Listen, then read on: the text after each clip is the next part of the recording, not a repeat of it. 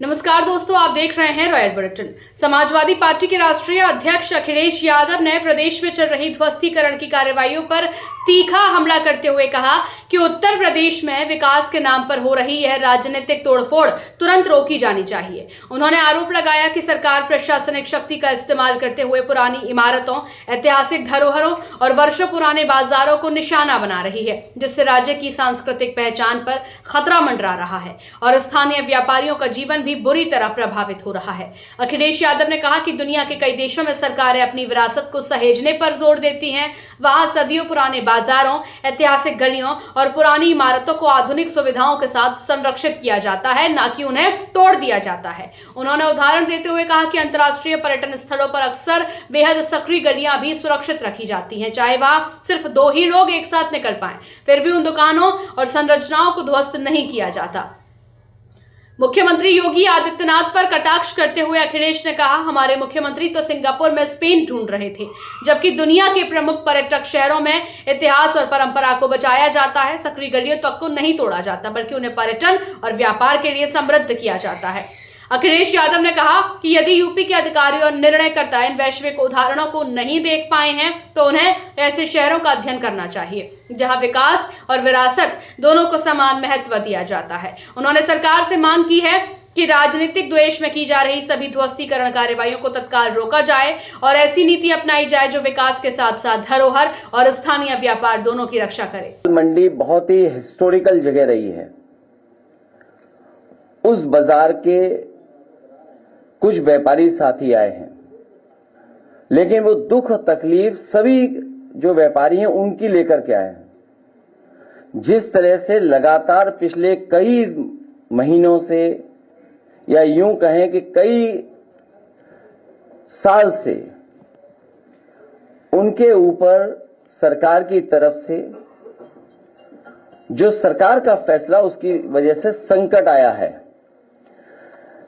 ये कोई हिस्ट्री बचाने का या हेरिटेज को बचाने के लिए योजना नहीं बनी है। बीजेपी के लोगों की तरफ से जो योजना बन रही है, कोई यहां हिस्ट्री बचाने के लिए नहीं है, ना हेरिटेज बचाने के लिए है। ये पॉलिटिकल डिमोलिशन होने जा रहा है। ये पॉलिटिकल अप्रोच है उनकी, और पॉलिटिकल अप्रोच इसलिए है क्योंकि वो चुनाव उस बाजार से या उसके आसपास जीत करके नहीं जा पा रहे हैं। अगर उन्होंने कोई एग्जाम्पलरी काम पहले कोई किया होता, बनारस को क्योटो के बराबर खड़ा करने के लिए, क्योंकि हमने आपने जो तस्वीर या जो विजन देखा, और खुशी तो तब हुई जब ये विजन आया कि हम वाराणसी को क्योटो बनाने जा रहे हैं।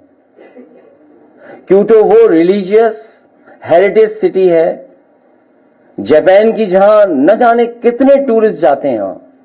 वहां की सफाई, वहां का पहुंचने का जो इंतजाम है, वहां की पार्किंग, वहां की फैसिलिटीज, वहां की और जो एमिनिटीज होती हैं, वो वर्ल्ड क्लास ही नहीं, वर्ल्ड क्लास से ऊपर के स्टैंडर्ड की हैं। तो जब ये बात कही गई कि वाराणसी को क्योटो बनाया जाएगा या क्योटो के तर्ज पर उसका विकास होगा, और मुझे याद है हम लोगों को भी भरोसा इसलिए आ गया क्योंकि उस समय के जो प्रधानमंत्री थे उनके साथ हमें भी भोजन करने का, खाना खाने का मौका मिला था, तो भरोसा और बढ़ गया। लेकिन इधर देख रहे हैं कि लोगों को परेशान किया जाए, कैसे किया जाए, तकलीफ कैसे पहुंचाई जाए, उनका कारोबार कैसे छीना जाए, उनको अपने डर से, अपने सरकार की ताकत से, सरकार के डर से कैसे डराया जाए, जिससे वो अपनी मांग भी न मांग सकें, और अपने प्रोजेक्ट को पूरा करने के लिए, पॉलिटिकल प्रोजेक्ट के लिए, कोई डेवलपमेंट प्रोजेक्ट नहीं है, पॉलिटिकल प्रोजेक्ट को पूरा करने के लिए डिवाइड एंड रूल का रास्ता अपना रहे हैं कि ऐसा माहौल बना दो कि उन्हीं के बीच में मतभेद हो जाएं और कोई ना कोई एडवांटेज उठा ले। इसलिए हमारी मांग है कि ये पॉलिटिकल डिमोलिशन कंप्लीटली रुकना चाहिए, और दुनिया में तमाम देश हैं जहां पर वहां की सरकारों ने हेरिटेज, हिस्ट्री या अपने बाजार को संरक्षण कर करके जो आने वाले लोग हैं, कारोबार करने वाले लोग हैं, उनको सुविधाएं दी हैं। अगर इन्होंने न देखा हो वो इलाके, तो एक बार को हम सुझाव भी देना चाहते हैं। हालांकि हमारे मुख्यमंत्री जी सिंगापुर में स्पेन ढूंढ रहे थे, सिंगापुर में स्पेन। तो मैं कहूंगा कि दुनिया की जो टूरिस्ट सिटीज हैं, किस तरीके से उन्होंने अपनी गलियों को संरक्षण रखा। 2 लोग जा सकते हैं, पूरा बाजार है, दुकानें हैं, 2 लोगों की चलने की रास्ता है, तब भी उन्होंने उसको डिमोलिश नहीं किया। वही हेरिटेज का संरक्षण किया, क्योंकि विरासत में क्या मिल रहा है, हम पुरानी पीढ़ी से क्या सीख रहे हैं, क्या मिल रहा है आपको। यहां बहुत सारे कारोबारी जो हमारे पास 1-2 हैं, जो वो कह रहे हैं कि दादा परदादा से उनकी दुकान है, कई वर्षों से वो दुकान में काम कर रहे हैं और कोई बहुत बड़ा कारोबार नहीं कर रहे हैं। मुझे याद है किसी साथी ने यह भी बताया कि पुरानी जो दुकानें हमारी थीं, उस समय सरकार ने जो आश्वासन दिया था कि उनके लिए रास्ता दिया जाएगा, लेकिन रास्ता नहीं दिया गया, इससे पहले जो जहां डिमोलिशन हुआ था। इसलिए भाजपा दाल मंडी वालों को दाल की तरह दले नहीं। दाल मंडी वाले हमारे कारोबारी व्यापारियों को उन्हें सम्मान दे, उनका संरक्षण दे। आप मुआवजे में दूसरी दुकान तो दे सकते हैं, लेकिन बाजार कैसे दोगे आप? और जो लोग तैयार ही नहीं है, तो आप उनको जबरदस्ती क्यों छीनना चाहते हैं? आप दुकान दे दोगे, ग्राहक कैसे दोगे? दाल मंडी कोई एक दिन में नहीं बनी है, न जाने कितने वर्षों से लोग वहां कारोबार कर रहे हैं। तो दुकान देने की तो बात करो, लेकिन ग्राहक कैसे आप दोगे? और एक दुकान बनाने में पीढ़ी जमाने लग जाते हैं। एक दुकान को जमाने में जमाने लग जाते हैं और ये चाहते हैं उसको तोड़ करके हटा दें, और एक पल में ये तोड़ना चाहते हैं। और सबसे बड़ी बात तो यह है कि भाजपाई जो नेगेटिव है, नकारात्मक है, संकीर्ण सोच है, वो कैसे चौड़ीकरण की बात कर रहे हैं। चौड़ीकरण भाजपा की संकीर्ण सियासत की साजिश है। ये साजिश कर रही है, ये चौड़ीकरण जो कर रही है, ये भाजपा की संकीर्ण सियासत की साजिश है। ये एक विरोधाभास भी है, क्योंकि संकीर्ण बहुत नकारात्मक सोच वाले वो चौड़ा करने की बात कर रहे हैं। किसी की जीविका छीनने का अधिकार कब से मिल गया इनको? और भाजपा वाले अपनी ताकत का इजहार करना चाहते हैं अधिकारियों के माध्यम से। ये जो जीत या जो ये अधिकारियों के माध्यम से दबाव बनाना या मैसेज देना, डराना धमकाना, ये कितने दिन चलेगा? आज हम और आप लोग बैठे हैं तो और दिन कम हो गए हैं। पहले बैठे थे तो न जाने कितने दिन थे, 20-25 दिन और कम हो गए। तो हर दिन कम हो रहा है। और इन्होंने कोई ऐसा एग्जाम्पलरी काम किया हो तो बताएं। समाजवादी सरकार में मॉल बना था लखनऊ में, वो बेच दिया इन्होंने। ये तो बेचने वाले लोग हैं। कहीं ऐसा तो नहीं कि ये बड़े बड़े लोगों से मिलकर के कोई बहुत बड़ी साजिश कर रहे हो। वर्णा जैसी नदी को साफ रख करके और वाराणसी का ट्रैफिक कैसे कम हो, उसके लिए जो रिवर फ्रंट की तैयारी थी वो भी इन्होंने रोक दी। अब कभी कभी सोचते हैं कि कुछ लोग तस्वीरें चलाते हैं कि वर्णा नदी पे हम ये डेवलपमेंट करने जा रहे हैं, जबकि जो प्रोजेक्ट उसमें बना था उससे वर्णा नदी साफ भी हो गई होती, लोगों को आने जाने का रास्ता मिल जाता, पार्किंग की जगह मिल जाती। और मुझे खुशी इस बात की, आज दोबारा बात दोहरा रहा हूं मैं। विधानसभा में मैंने दोहराई थी बात, और लोकसभा में मैंने ये बात कही, कई मौकों पर कहा मैंने कि आज जो मेट्रो जितनी भी चल रही है यूपी में, आपकी लखनऊ की मेट्रो समाजवादी की देन है, कानपुर की मेट्रो समाजवादी की देन है, नोएडा से ग्रेटर नोएडा जोड़ने वाली मेट्रो समाजवादी पार्टी की देन है, नोएडा को दिल्ली से जोड़ने के लिए मेट्रो समाजवादी पार्टी की देन है, आगरा की मेट्रो समाजवादी की देन है।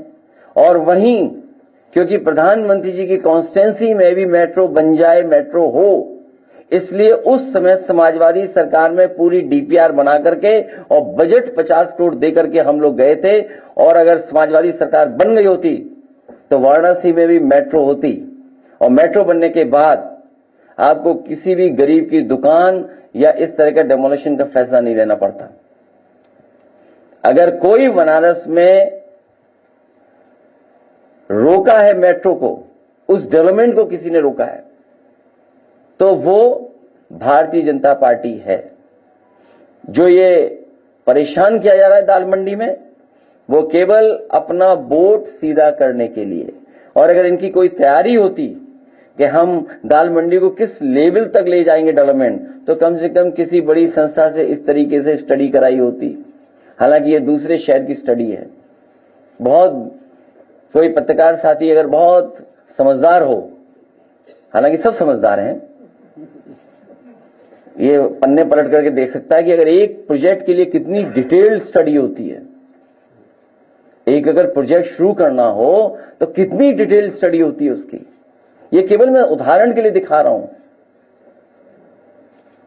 और कितनी डिटेल्ड स्टडी है सोचिए, केवल छोटे से इलाके के लिए नक्शे हैं, क्या होना है, कैसे होना है, कितना फंड्स क्या है। यहां तो केवल कोई तैयारी नहीं है, बस सड़क चौड़ी करनी है। नहीं, वो इसलिए बुरा लग जाएगा बीजेपी को, इसलिए बताना नहीं चाहता हूं। आपको अलग से दिखा दूंगा। आप केवल उन्हीं के पास भेज देना, लेकिन बताओगे नहीं, बोलोगे नहीं है। लो दीजिए उन्हें, पन्ने पलट के देख लो अगर लगे कि नहीं है, और फिर वापस कर देना किताब। ठीक है, मैं चाहूंगा कुछ अध्यक्ष जी बोलो, व्यापारी बताएं, और फिर सवाल पूछ लेना बाद में। 3 व्यापारी लोग बोलना चाहते हैं। ग्राहक कहां से ले आएंगे? इनकी जीविका छीनने का अधिकार किसने दे दिया?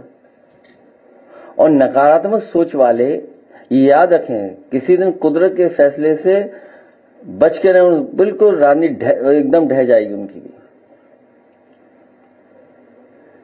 और इनका लखनऊ में, और हमने आपने देखा अकबर नगर पूरा डिमोलिश कर दिया, पूरा का पूरा डिमोलिश कर दिया अकबर नगर। लोग हाई कोर्ट गए, सुप्रीम कोर्ट गए, लेकिन सरकार ने वो पक्ष सुना ही नहीं उनका। और जो इन साथियों के साथ तकलीफ है, परेशानी की, अगर घर मकान बना लिया इलीगल घोषित कर करके, आपको उससे भी वंचित कर देंगे कि आपको कुछ मुआवजा मिल पाएगा कि नहीं मिल पाएगा। कई उस जगह पर वो बिल्डिंगें हैं जब नक्शा बनाने वाली इंस्टीट्यूशन ही नहीं थी, नक्शा पास करने वाली इंस्टीट्यूशन नहीं थी, संस्था ही नहीं थी।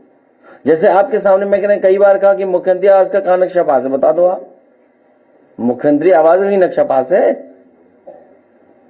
और फिर इस सरकार ने अगर अपनी जमीन एक्वायर की है, सरकार ने अगर अपनी जमीन एक्वायर की तो खूब मुआवजा लिया है, मनचाहा मुआवजा लिया है। उसको सदन में भी कहा, अगर आपको याद हो, कि जब इन्हें अपनी जगह गिरानी थी, अपनी जगह चौड़ी करनी थी, तो वाहवाही भी ली, सिंपैथी भी इनकी, और मुआवजा भी लिया सबसे। हम तो कहते जैसा मुआवजा आपने लिया इनको भी मुआवजा दे दो भाई। और फिर नालों पे रिवर फ्रंट कहां बनते हैं बताइए आप? आपने सपना दिखाया मां गंगा को साफ करेंगे। बीजेपी के लोग 1000 साल पहले सोचते हैं पीछे का, या और आगे का सोचते हैं। 2047 आपकी उम्र क्या होगी 2047 बताओ? कुछ तो रहेंगे भी नहीं आप कि 2047। आज भी अखबार मैंने देखा कि 2047 या कई हजार साल पीछे की बात कर रहे हैं। इसलिए ये केवल पॉलिटिकल डिमोलिशन है। और याद कीजिए, जब पक्ष सही तरीके से रखा जाएगा, महाराजगंज में डिमोलिशन हुआ था अधिकारियों के ऊपर, और सुप्रीम कोर्ट ने सख्ती से कहा कि इनसे वसूला जाए पैसा। वो समय आएगा कि जब अधिकारियों से भी पैसा वसूला जाएगा। ये अधिकारी जो मनचाहा कर रहे हैं, आज सब कुछ नोट हो रहा है। कुछ हमारे यहाँ, कुछ कुदरत में, सब नोट हो रहा है। हम इनके साथ हैं और हमारी पार्टी ने फैसला ले लिया है कि कुछ करेंगे।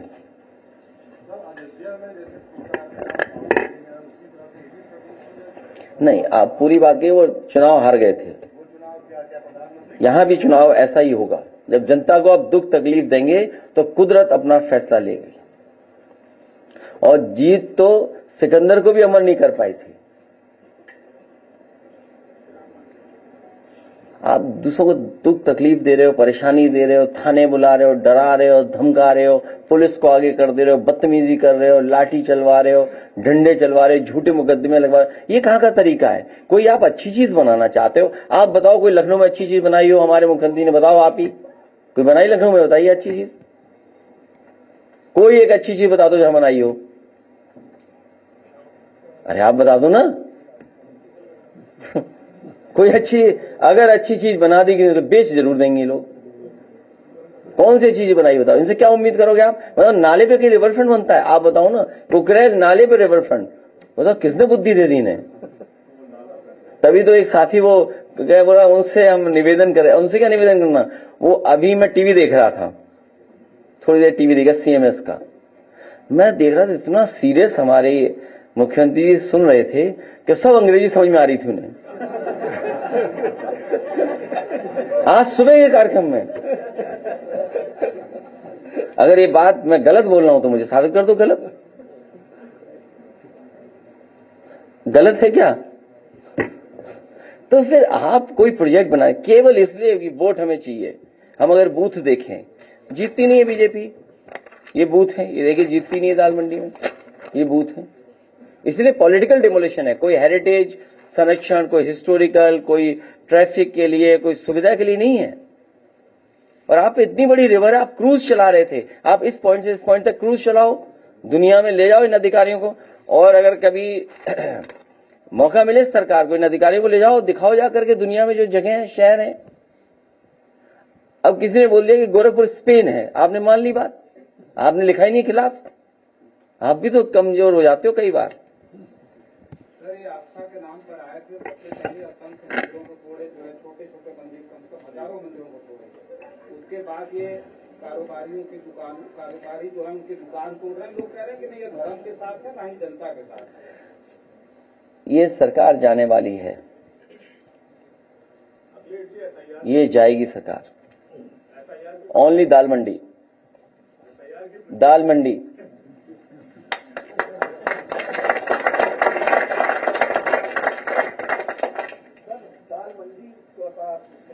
सवाल में डेमोलेशन जो हो रहा है पूरे यूपी में, लगभग अभी आपने अकबर नगर की बात की, इसके अलावा मेरठ से हुआ, तो ये बनारस से हुआ। बनारस में भी दाल मंडी से पहले जो दशनाथ धाम है उसके लिए डेमोलेशन किया गया। सवाल ये है कि आप विपक्ष लगातार इस पूरी बात को उठा रहा है, मीडिया भी लिख रहा है, उसके बाद भी सरकार सुनने तैयार नहीं है। ऐसी स्थिति में विकल्प क्या है? मेरठ के व्यापारियों को भारतीय जनता पार्टी ने उन्हें रिटर्न गिफ्ट दिया था, क्योंकि भारतीय जनता पार्टी ने उनके साथ मिलकर के चुनाव जीता था और सरकार बनते ही भारतीय जनता पार्टी ने रिटर्न गिफ्ट दे दिया कि आपने वोट दिया है तो अब आपको डेमोलिशन का सामना करना पड़ेगा। जहां तक विकल्प की बात है, समाजवादी पार्टी पूरी तरीके से तैयार है इनको हराने के लिए। हम लोग हराना चाहते हैं, लड़ाई बड़ी है और तैयारी हम लोग कर ली है।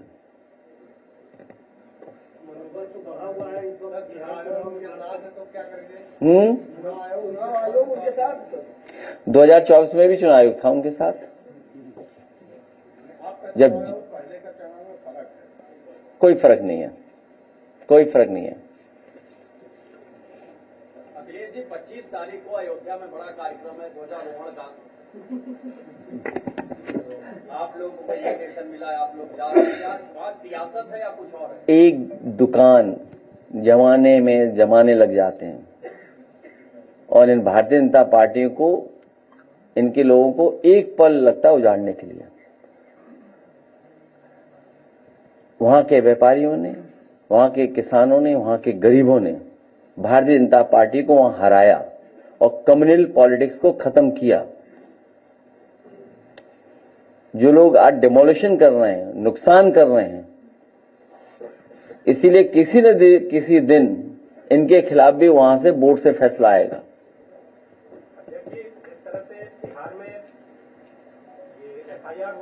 बिहार पे ऐसा करो, हराने के लिए तैयार है क्या? यूपी में भी ऐसी आवश्यकता नजर आ रही है क्या? एक काम करिए आप,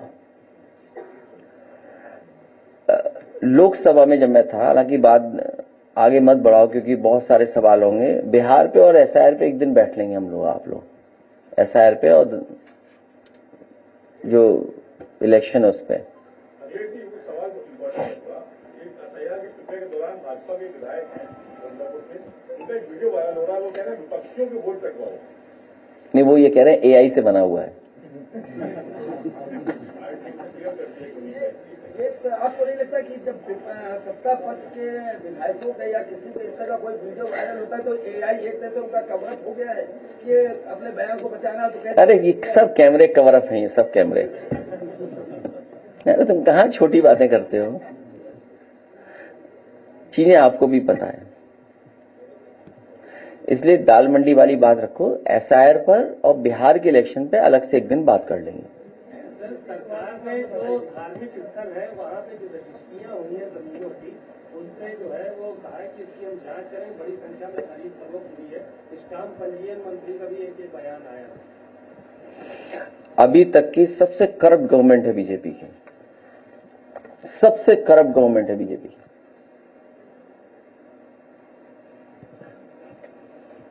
आपने नशे के लिए कहा था कि कब सिर्फ बेचा जा रहा है, वो अलग से एक दिन बात करेंगे। कानपुर में एक इशू है, वो कब सीवरा को अलग से बात करेंगे। तुम क्यों किसी का नाम ले रहे हो यार? असली का नाम तुम भी नहीं ले पाओगे, क्यों बातें करते हो ऐसी? बहुत मुश्किल से कई खबर आ जाती है, वरना तो जानते हो आप। उस पर बाद में बात करेंगे। सीरप वाले सब पकड़े जाएंगे। हमें उम्मीद है कि सीरप वालों पे कड़ी कार्रवाई होगी। जो लोग भी इस तरह का खिलवाड़ कर रहे थे स्वास्थ्य से, उन सब पे कड़ी कार्रवाई होगी। हर न्यूज अपडेट के लिए सब्सक्राइब करें रॉयल बुलेटिन, साथ ही शेयर करना ना भूलें।